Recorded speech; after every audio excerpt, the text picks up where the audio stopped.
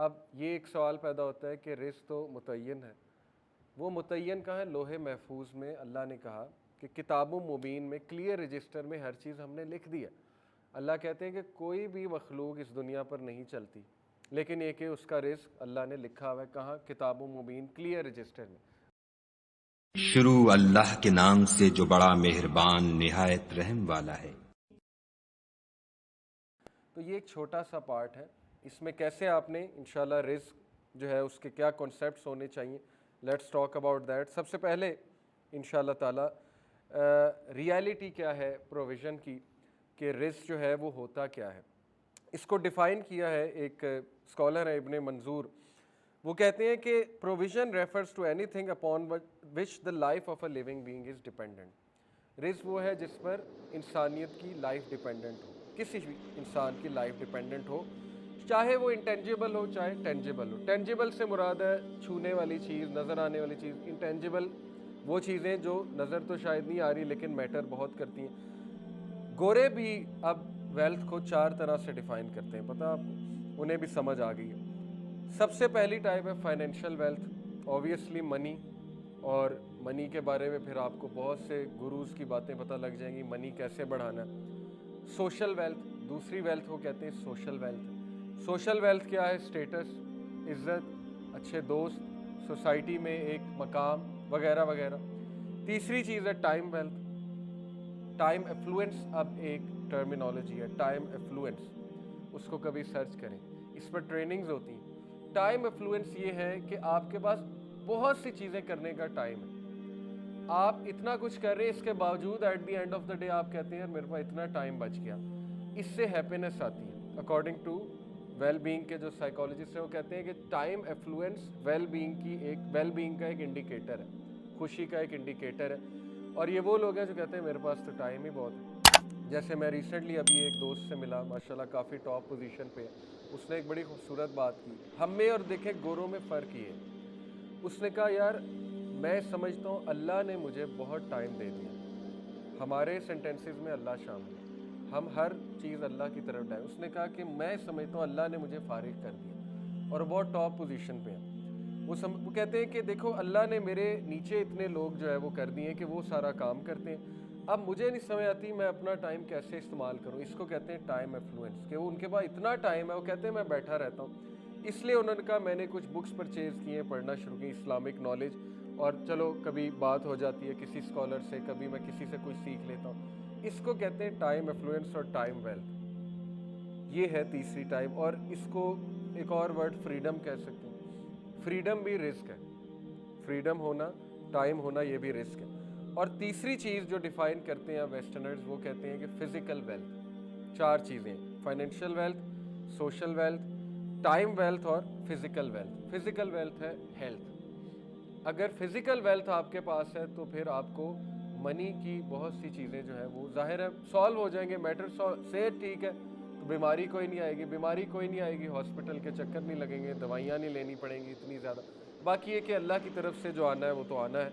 लेकिन ये कि ये 4 चीज़ें मद्देनज़र रखते हुए इंशाल्लाह, अब इनमें से देखें टेंजेबल सिर्फ मनी है, नज़र आ रहा है, मिल रहा है, हाथ में सैलरी पकड़े आप। टाइम वेल्थ इंटेंजिबल है, वो कोई एक्सपेरिमेंटल प्रूफ तो नहीं है ना, या कोई ऐसी तो चीज़ नहीं कि मैं आपको दिखा दूं कि ये जी। बाकी ये कि फिज़िकल हेल्थ ये टेंजिबल है, नज़र आ रही है फिज़िकल वेल्थ जो है, और सोशल वेल्थ नज़र नहीं आ रही, वो इंटेंजिबल है।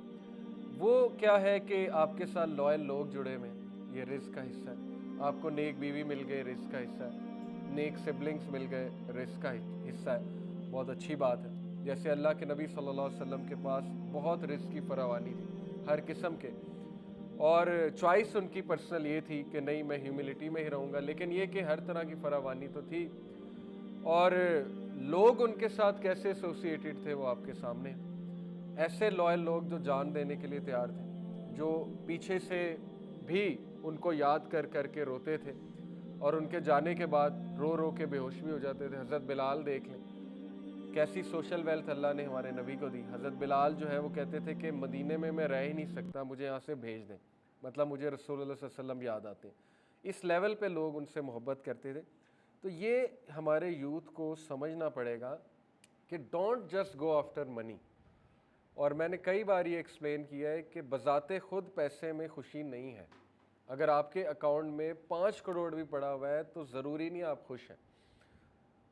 ये अब साइकोलॉजिस्ट कहने लग गए हैं, साइकोलॉजिकल रिसर्चेस मौजूद हैं कि खुशी बज़ाते ख़ुद पैसे में नहीं है, बल्कि how you spend the money खुशी उसमें है।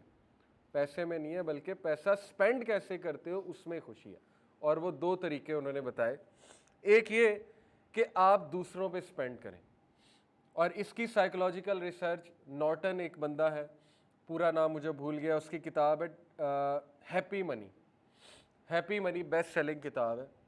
उसने और उसके साथ एक और उसकी शायद कोलीग थी, उन्होंने एक सोशल एक्सपेरिमेंट किया। उन्होंने सबवे में जाके लोगों को कहा हम आपको $100 दे रहे हैं या जितने भी डॉलर दे रहे हैं। लोग बड़ा खुश हुए। उन्होंने कहा खुश ना हो अभी, मकसद ये है कि ये डॉलर्स आपने बस में चढ़ते ही, वो जो ट्रेन थी उसमें चढ़ते ही, जो आपको नज़र आए हकदार है या आपको लगे कि मुझे देना चाहिए, आपने उसको दे देने। वो एकदम गमज़दा, कहते हैं कि ये क्या बात है, हम तो बड़े खुश थे, पैसे तो हमारे हैं। कहते यही तो स्टडी है, देना है आपने, जब बस उतरेंगे फिर हम आपसे पूछेंगे हाउ डू यू फील। ठीक है, लोगों ने कहा एग्रीड। बहुत से लोगों ने पार्टिसिपेट किया इस एक्सपेरिमेंट में। जब ट्रेन से उतरे, उनके चेहरे पे अजीब सी एक खुशी थी, विक्ट्री थी। पूछा कि ये क्या, कैसा फील करते हैं। कहते पता नहीं, अजीब सी खुशी है, अंदर से एक अजीब सी खुशी आ रही। और उस खुशी का साइकोलॉजिकल नाम सेरोटोनिन कह लें, ऑक्सीटोसिन कह लें, चलें जो भी है, अल्लाह बेहतर जानते हैं, लेकिन ये कि ऑक्सीटोसिन कहते हैं उसको। वो केमिकल रिलीज़ हो रहा है तो यहाँ तक वो खुशी आती है। कभी फील किया आपने? अजीब सा एक केमिकल आपको रिलीज़ होता, महसूस होता है। तो ये स्टडी से उन्होंने साबित किया, हैप्पी मनी इसका नाम दिया, कि अगर आपने पैसे से खुशी हासिल करनी तो अपने से ज़्यादा दूसरों पे स्पेंड करो। और ये हमारे नबी का स्टाइल था, आज तक इनकार नहीं किया किसी को। ये बहुत ज़्यादा, बहुत बड़ा लेवल है। जिसने जो मांगा दे दिया। एक साहबी ने कहा बड़ा खूबसूरत लिबास अल्लाह के नबी ने पहना था, गालिबन चादर थी, सहाबी को पसंद है, अल्लाह के नबी ने उसी वक्त दे दी। तो क्योंकि ज़ाहिर है इससे खुशी आती है दूसरों को चीज़ देने से। दूसरी बात जो उन्होंने कही कि spend on experiences, don't spend on stuff. कुछ लोग स्टफ़ पे ज़्यादा स्पेंड करते हैं। स्टफ़ से मुराद है जूते, कपड़े, चीज़ें। और उन्होंने साइकोलॉजिकल रिसर्चेस दिखाई, बाकायदा, ज़ाहिर एक्सपेरिमेंट्स होंगे, सोशल एक्सपेरिमेंट्स, कि वो लोग जो चीज़ों पे ज़्यादा स्पेंड करते हैं कंपेयर टू वो लोग जो एक्सपीरियंसेस पे स्पेंड करते हैं, वो ट्वाइस दी हैप्पी हैं, 2 गुना ज़्यादा हैप्पी हैं। एक्सपीरियंस से क्या मुराद है? बुनियादी सी मिसाल है, शादी आप करने लगे हैं, स्टफ़ पे स्पेंड करने से मुराद है लहंगा, शेरवानी, कपड़े वगैरह वगैरह। एक्सपीरियंस पे स्पेंड करने से मुराद है पैसे बचा के उम्रे पे जाना, शादी के बाद हज पे जाना, पैसे बचा के कोई अच्छी जगह पे जाना, कोई हर्ज नहीं है, जाएं किसी पहाड़ी इलाके, जाएं किसी आउट ऑफ कंट्री चले, एक्सपीरियंस है। लेकिन ये कि चलो कुछ थोड़ा बहुत आपने क्वालिटी एक फंक्शन करना है, वो भी ये है कि रसूलुल्लाह सल्लल्लाहु अलैहि वसल्लम ने कहा जो सादगी से होती है वो शादी में बरकत होती है अल्लाह की तरफ से। तो एक्सपीरियंस क्या है कि पैसे बचा के खाना खिला दिया गरीबों को, थोड़ा सा एक कोटा रखा कि चलो अपने रिश्तेदारों को वलीमे पे बुलाया, लेकिन ये कि वलीमे के बाद, रुखसती के बाद हमने एक और छोटा सा कोई फंक्शन या गैदरिंग कर लिया, ख़ुद जाके लोगों को देख पकवा के खिला दी, ये एक्सपीरियंस है। एक्सपीरियंस ये है कि पैसे बचा के आप होटल पे चले गए, एक्सपीरियंस ये है किसी वेकेशन पे चले गए। तो साबित ये हुआ कि जो लोग स्टफ़ से ज़्यादा एक्सपीरियंस पे स्पेंड करते हैं वो खुश हैं। ये है असल में कॉन्सेप्ट, और इससे रिस्क बढ़ता है। जब आप अल्लाह की मखलूक के लिए कुछ करते हैं तो रिस्क बढ़ता है। अब ये एक सवाल पैदा होता है कि रिस्क तो मुतय्यन है, वो मुतय्यन कहाँ है? लोहे महफूज में अल्लाह ने कहा कि किताबुम मुबीन में, क्लियर रजिस्टर में हर चीज़ हमने लिख दी है। अल्लाह कहते हैं कि कोई भी मखलूक इस दुनिया पर नहीं चलती, लेकिन ये कि उसका रिस्क अल्लाह ने लिखा हुआ है। कहाँ? किताबुम मुबीन, क्लियर रजिस्टर में। वो क्या है? लोहे महफूज में। लोहे महफूज क्या है? मैक्रो लेवल की तकदीर है। माइक्रो और मैक्रो को समझ लें। मैक्रो लेवल की तकदीर यानी अल्लाह का कामिल इल्म। लोहे महफूज क्या? अल्लाह का कामिल इल्म है। अल्लाह ने पेन को बनाया सबसे पहले, और पेन ने कहा कि अल्लाह ने कहा लिख दो। पेन ने कहा क्या लिखूं मेरे रब? अल्लाह ने कहा जो कुछ होने वाला है A to Z, जब से बिगनिंग है, बिगनिंग टिल एंड लिख दो। पेन ने अल्लाह के नॉलेज के बेसिस पे लिख दिया। लोहे महफूज जो कि किताब मुबीन है या उम्मुल किताब है या उसे बहुत से उसके नाम है, तो वहाँ पर यह भी लिखा हुआ है कि इस बंदे की माइक्रो तकदीर जिसे हम कहते हैं, जो पहले आसमान के लेवल पे फरिश्ते बैठे हैं वो लिखते हैं। अल्लाह के नबी सल्लल्लाहु अलैहि वसल्लम ने उनको लिखते सुना, कहा कि जब मैं जा रहा था मेराज पे तो मुझे पेन्स की आवाज़ें आ रही थी। वो लिख रहे हैं, वो हर वक्त बिजी हैं। उनको इंस्ट्रक्शन 7वें आसमान से आती हैं, ये लिख दो, अब ये लिख दो। लैलतुल कदर की रात जो है उनको बताया जाता है ये चीज़ चेंज करो, ये एडिटिंग करो, ये बंदा ये दुआ कर रहा है, नेक अमल कर रहा है। डेली भी वो बिजी, डेली डिक्री भी होती है, हमारे आमाल पे डिपेंडेंट है। मिसाल के तौर पे हमें आज एक चीज़ मिलनी थी, हमारे किसी गुनाह की वजह से रुक जाती है, इसको कहते हैं तकदीर। इसको कहते हैं कि वो चीज़ आपको गुनाह की वजह से नहीं मिली। ये है घटना। क्या अल्लाह कहते हैं ना, अल्लाह जिसका चाहता है रिज़्क़ कुशादा करता है, जिसका चाहता है घटाता है। असल में कहाँ घट रही होती है ये चीज़? डेली डिक्री में, ईयरली डिक्री में भी। एक साल के अगले मैटर्स में हो सकता है आपको कोई चीज़ मिलनी हो, लेकिन आपके किसी गुनाह की वजह से, आपके किसी चीज़ की वजह से वो चीज़ रुक गई। लेकिन लोहे महफूज में लिखा हुआ है कि ये चीज़ आपको मिलनी। उसकी टाइमिंग क्या है, ये डेली डिक्री, ईयरली डिक्री फरिश्तों को बताया जाता है, प्लस माइनस होता रहता है। आई होप कि ये एक बड़ा टेक्निकल और बड़ा कॉम्प्लेक्स कॉन्सेप्ट है। आई होप कि आपको इस मिसाल से समझ आ गया होगा। तो इसमें कोई कंफ्यूज होने वाली बात नहीं। लोहे महफूज अल्लाह का कामिल इल्म है। मैं अभी ये मोबाइल यूँ पकड़ रहा हूँ, अल्लाह को पता है, इसीलिए मैं अल्लाह की इबादत करता हूँ, इसीलिए मैं प्राउड हूँ अल्लाह का वर्शिपर।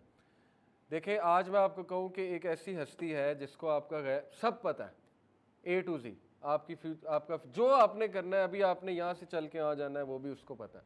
आप कहेंगे कौन है, आप तो बैत कर लेंगे जाके, आप कहेंगे मैं तो मिलाओ उससे, कौन है?